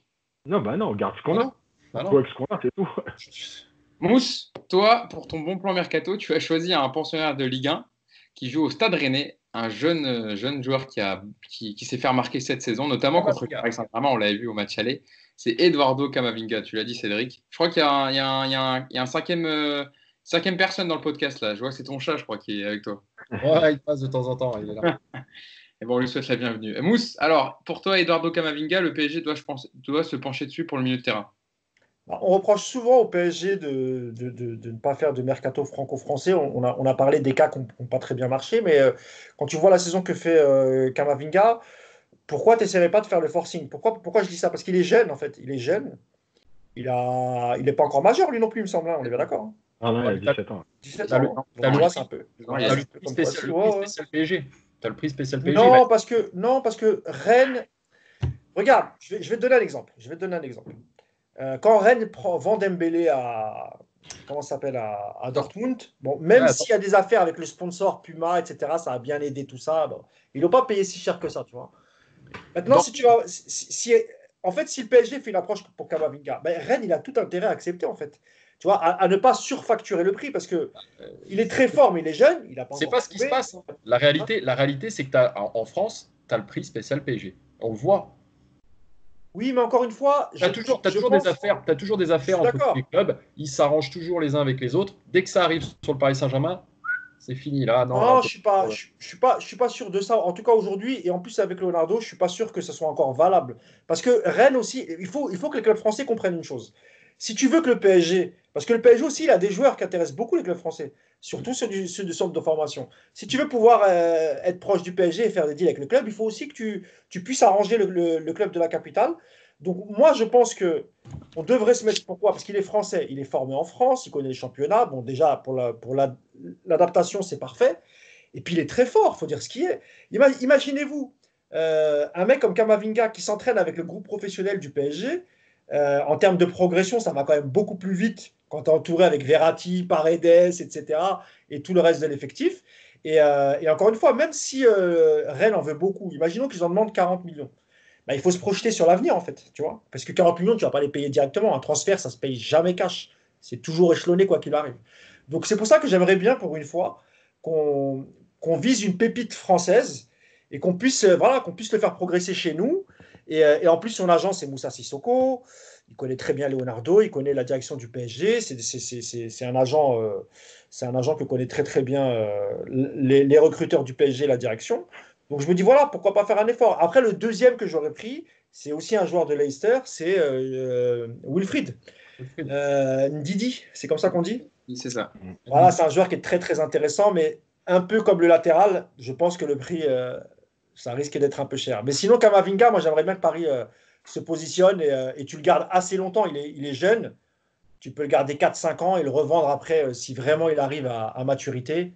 Là, tu fais un transfert de dingue, quoi, tu vois, à la N'Golo Kanté, quoi, tu vois. Pour terminer, on terminera là-dessus, Yacine. C'est vrai que pour le profil d'Eduardo Camavinga, alors en plus, il a joué dans un système à 2 milieux de terrain cette saison. Il était au début avec James Lea-Siliki et Steven Nzonzi est venu lui apporter un peu ce côté expérience, voilà, le grand frère, on va dire, le joueur expérimenté et qui l'a beaucoup aidé dans son jeu aussi dans la deuxième partie de saison du Stade Rennais. Qu'est-ce que tu penses? J'ai une question à vous poser.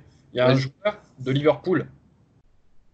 On en a parlé en disant que c'était un super joueur, etc. Il n'a pas fait une saison. C'est le petit Naby Keita. Naby Keita qui revient. Klopp, il compte trop sur lui. Ouais. Klopp, il aime beaucoup ce joueur. Il adore lancer, il adore le joueur. C'est un joueur C'est celui qui a subi la grosse blessure. Là. C'est ça. Ah ouais. Mais il est bien revenu déjà. Avant le Covid, il rejouait déjà. Le club ne le lâchera jamais. Ils ont du mal. Ça risque de coûter très cher en plus. Ouais. Kamavinga, alors, après ce que je vais dire, non seulement je ne vais pas lire les commentaires, mais je vais bloquer Twitter pendant une semaine à peu près. Moi, je vous le dis direct. Très bon joueur, attention.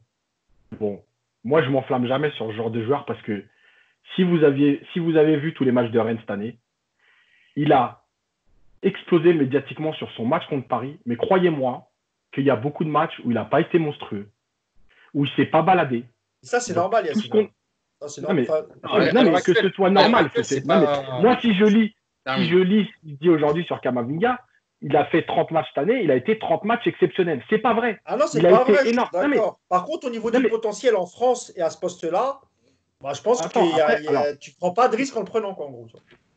Alors, après, pour moi, le risque à Paris, je suis désolé, mais je suis obligé d'en revenir à ça, c'est tout ce qui se passe à Paris. 18 ans, je suis désolé, moi, vous pouvez me faire ce que vous voulez. Mbappé, depuis qu'il est là, il n'a pas progressé. Vous pouvez faire ce que vous voulez. Il n'a pas progressé.